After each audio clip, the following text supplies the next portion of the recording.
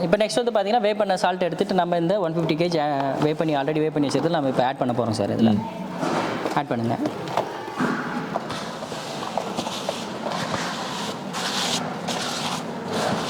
Add பண்ண சால்ட்டை நம்ம இந்த மிஷினில் லோட் பண்ணிவிட்டு இப்போ பிளெண்டிங்க்கு போதும் சார். இப்போ பிளெண்டிங்க்கு இந்த பேரில் நம்ம அதில் தூக்கி கொட்டணும் பிளெண்டரில். அதுக்காக இப்போ லிஃப்டிங் மிஷினில் நம்ம லோட் பண்ணிகிட்ருக்கோம் சார் இந்த பேரில். சரிங்க. இதை லோட் பண்ணிவிட்டு நம்ம நெக்ஸ்ட் பிளெண்டருக்கு நம்ம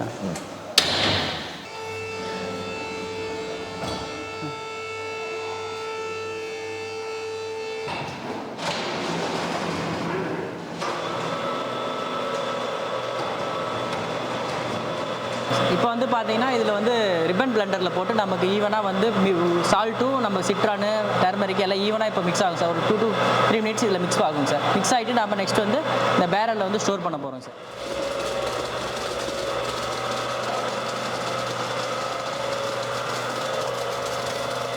சார் இது வந்து ஊறுகாயாக நம்ம ப்ரிப்பேர் பண்ணோம்னா ஒரு மாதமான கண்டிப்பாக ஊறணும் சார். இது வந்து பார்த்தீங்கன்னா நம்ம அனரோபிக் கண்டிஷன் ப்ராப்பர் நம்ம ப்ராசஸிங் டெக்னிக் யூஸ் பண்ணுறதுனால நம்ம ஒரு 2லேருந்து 2.5 வருஷம் வரைக்கும் நம்ம இந்த பேரலே வச்சிருக்கலாம் சார். எந்த ஒரு மைக்ரோ ஆர்கானிசம் க்ரோத்தும் இல்லாமல் எந்த ஒரு ஸ்மெல்லும் இல்லாமல் நமக்கு நல்லா இருக்கும் சார். கெடாமல் இருக்கும்.